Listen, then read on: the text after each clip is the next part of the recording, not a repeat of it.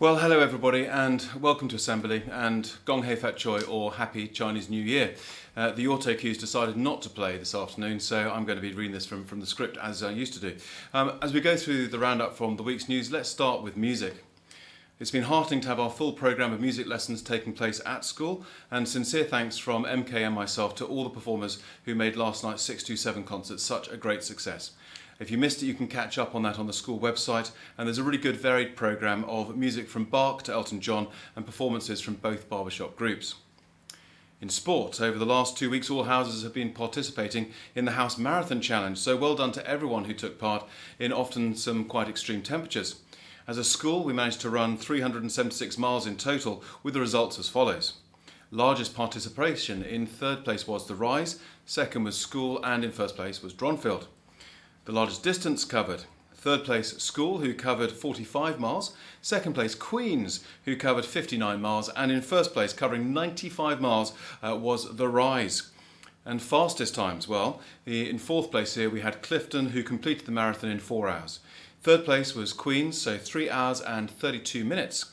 And in second place, Temple with 3 hours, 23 minutes. But in first place, well done to everybody who took part from Schoolhouse, who covered the ground in 3 hours and 16 minutes. So some special mention to some pupils. First of all, Natasha Johnson in The Rise, quite an astonishing, actually did 26 miles in total. Lauren Wood, also in The Rise, 26 miles in total as well.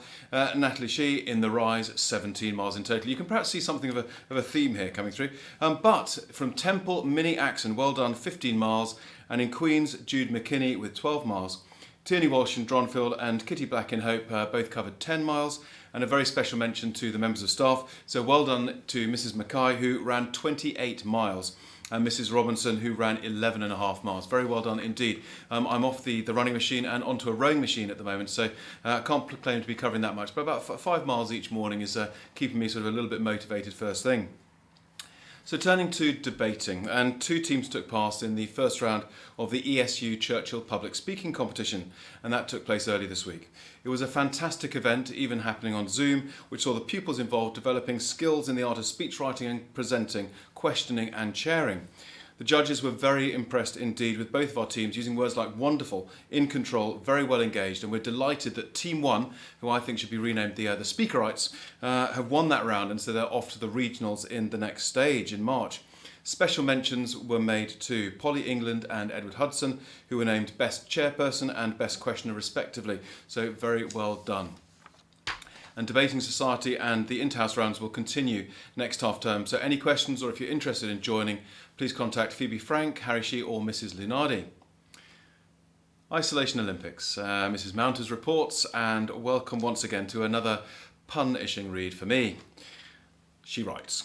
Last week's Isolation Olympics was entitled Frugal February, inspired by Miguel Barkley, and pupils were encouraged to create locally sourced seasonal dishes that were economical and environmentally sustainable. A special thank you to Mrs. Hall for her expert judging. Schoolhouse came up with some great recipes. In particular, the excellent fried cauliflower pieces from Alice Brame deserves a special mention, or to put it another way, and give me strength. Super fragile nuggets, expert Alice Schoolhouse, which apparently is meant to be supercalifragilisticexpialidocious, but there you go.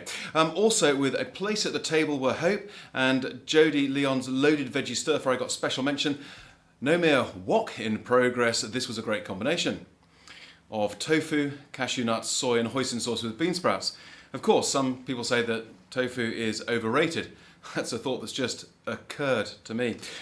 Queens delivered the goods with their local farm shop sourced meals, vegetarian sausages from Tudor Moord and Fraser Rigby, but I want to make special mention of Charlotte Ogilvy's impressive use of Brassica oleracea in her memorable kale gratin. Thanks a bunch. Clifton came up with lots of veggie soups, particularly from the staff, including some made from our very own pastoral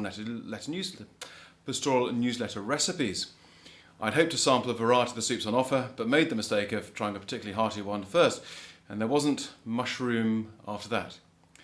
In Temple, Phoebe McKelvey put together parsnips, beetroot and rhubarb, all from her own garden, quite remarkable, and cooked with ginger and spices to make a tasty broth. A super combination. There was so much wonderful cooking coming from Dronfield that it's hard to know where to begin. I should mention Polina Andreeva's excellent red cabbage soup. It was simply the best. Or I should go on about the wonderful Wensleydale omelette made by Hope Simpson, but enough's enough. Wendy Zhang was certainly currying favour with her Thai creation for the Rise, and it doesn't get better than Lauren Wood's bruschetta. There were some excellent paellas too. You could say Rise by name and rice by nature.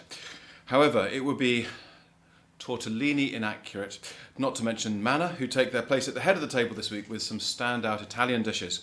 It's true that some of their pasta efforts haven't been always in the winning position, but this week Jack Allard and Giacomo Grelli sourced some great ideas. I can only add my thanks to all of you and who took part in this week's challenges, and wish you all a lovely half-term. Final sign-off from Miss Mounter. Pasta la vista. Well, thank you, Miss Mounter. Plenty to digest there, and I'm glad you didn't make a meal out of your report. Time to put down your knife and forget about the Isolation Olympics for a week at least. So, and finally, it has been a particularly long 5.5 weeks since term began, but one of the things that's kept me going and motivated has been seeing quite how many things you've been getting involved with and all that you've been doing. And by that, I do mean all of you, my colleagues as well as the pupils. And you really can be very proud of the way in which you've engaged and also know how much you deserve a really good break over half term. If we were all together in the Mem Hall, I suspect I'll be looking around the room and quietly thinking to myself inside that in the nicest possible way, you all look absolutely shattered and could really do with a good break and a chance to recharge the batteries. So do make sure you do take a proper break next week. Try and spend as much time as possible away from screens. Do your best to stock up on fresh air, exercise and all the other things that you enjoy doing that are nothing connected with schoolwork at all. Lockdown has of course made the last few weeks particularly challenging, but it's worth remembering and keeping in perspective that it's not actually unusual to feel really tired and sometimes a bit low as we come towards the last week before half term in the spring half term. And very good also to remember that always each year as we come through the second half of this term, the days become lighter, the blossom starts appearing, and we do get that sense that we're moving out of winter and into spring, and we always feel a bit more upbeat and a bit more optimistic, and I'm sure that that will be the case once again.